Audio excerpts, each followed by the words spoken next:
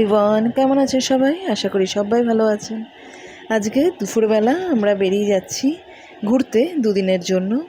কোথায় যাচ্ছি কিনা সবটা তো ভিডিওতে বলবো। তো আজকে আমরা যাচ্ছিলাম পূর্বা ট্রেন ধরে, কিন্তু ব্যাপার হচ্ছে আমরা কোনো রিজার্ভেশন সিট পাইনি। আর পূর্বাতে চাপলেই জানেন 480 কিলোমিটারের ভাড়া লাগবে। তো সেই জন্য যতটা রাস্তা ধরুন এখান থেকে কলকাতা 225 কিলোমিটার মতো রাস্তা, কিন্তু আমাকে ভাড়া দিতে হবে 480 কিলোমিটারের। এবং তৎকালে কোনো টিকিট পাওয়া যায় না।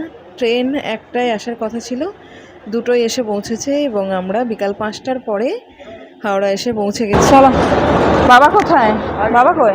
এই ওই দিক দিয়ে যাচ্ছ কেন? তো চলে এসো। এখন মেট্রোর হওয়াতে সুবিধা হয়েছে, আর হেঁটে টেটেও যেতে হবে না, এটা করে চলে যাও আরামসে। চলো। উঠছি। কেমন লাগছে এখানে? ভালো লাগছে? আমরা আসবো না বলছিলাম বলে কেমন রাগ হচ্ছিল প্রচুর। এখন মনটা একদম ভালো হয়ে গেছে নাকি? তো আজকে এখানকার আর্টগুলো দেখাই একটু। মেট্রোর এখানে আর্টগুলো কি সুন্দর লাগছে, খুব ভালোভাবে পুরো জায়গাটা আর্ট করেছে। অ্যান্ড এখানে কুলিং একটা রিফ্রেশনেস আছে। আমরা চলে এসেছি মেট্রো ধরতে, আর এখন অ্যানাউন্সড হচ্ছে কিছু তাই ঢুকে পড়ি। চল। হ্যাঁ, এত গরম লাগছে, এরা এসির এখানটায় এসে একটু শান্তি পেয়েছে। দুজনে মিলে প্লেস সিলেক্ট করছে, এখানটায় বেশি ঠান্ডা পাওয়া যাবে। এখন হাওড়া থেকেই মেট্রো করে দিয়েছে বলে অনেকটা সুবিধা। আগের বছরে যখন এসেছিলাম তখনও এখান থেকে মেট্রো ধরে ধর্মতলা গেছিলাম। এখন কোথায় খেতে যাবে গো? ওই দোকানটায়? তো তাড়াতাড়ি চলো, এখন আমাদের বিশাল খিদে পেয়ে গেছে। আমি সেই 12টার সময় খাবার খেয়েছি, এখন সোজা যাব খাবার খেতে, তারপরে কেনাকাটা দেখাশোনা হোটেল সব কিছু হবে। করছি। ইডেনে যাবি নাকি? ইডেনে যাবি? চ। হ্যাঁ চল, এখন তাড়াতাড়ি আমরা যাই, নাহলে খাবার পেতে পেতে দেরি হয়ে যাবে।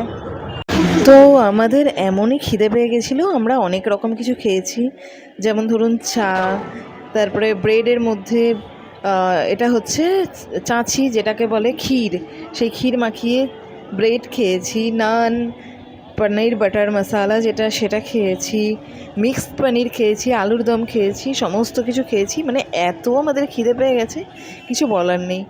তারপরে ওখান থেকে খেয়ে দিয়ে চলে এসেছি আমার ফেভারিট জায়গা ধর্মতলা, যেখানে নিউ মার্কেট।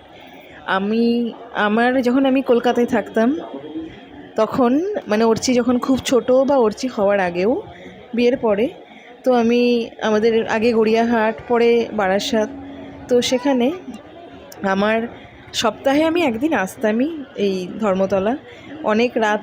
তারপরে এখান থেকে বাস ধরে, ধর্মতলা থেকে বাস ধরে বারাসাত যেতাম, বা মেট্রো ধরে আমরা ঢালাই ব্রিজে গিয়ে নামতাম, গড়িয়াতে থাকতাম যখন, এরকমভাবে যাওয়া আসা হতো। কিন্তু এটা আমার ফেভারিট স্পট। আমার ঘুরতে গেলে, ইভেন আসানসোলেই বলুন কি এখানেই বলুন, আমার ঘুরতে কোনো পায়ে ব্যথা হয় না। আর এখানে দেখলাম অনেক সুন্দর সুন্দর জিনিসপত্র এবারে আরও বিক্রি হচ্ছে। আমি অনেকগুলো জিনিস কিনেছি, আমি বাড়ি গিয়ে সব কিছু দেখাবো। এখানে দেখানো পসিবল হচ্ছে না, এত ভিডিও করাও সম্ভব হয় না, সব সময়ের জন্য ক্লান্ত হয়ে যাচ্ছি। আর আমি ততটা ক্লান্ত হচ্ছি না যতটা না উঠছি হয়ে যাচ্ছে। উঠছি পা ব্যথা নিয়ে বসে পড়ছে, এরকম অবস্থা। এখন যেহেতু চৈত্র সেল চারিদিকে চলছে, জিনিসপত্রের দাম এখানে ওই সেলের মতোই দাম চলতে থাকে সারা বছর ধরে। ইভেন দাম বেশি হলেও আমার খুব পছন্দের। তো আপনাদের ধর্মতলা কার কার পছন্দ? আমার ভিডিও যারা দেখেন তারা কি ধর্মতলা কখনো এসেছেন? আশেপাশে কেউ থাকেন কি? যদি থাকেন তাহলে তো অবশ্যই এসছেন। আপনারা কোথা থেকে দেখছেন আমরা তো সেটা জানি না। তো যাদের ধর্মতলা প্রিয়, আমাকে এই ভিডিওটাতে অবশ্যই যেন একটা করে লাইক করে দেবেন। যদি ভালো লাগে আমার এই ভিডিওটা, একটা like, comment, share and subscribe করে দেবেন।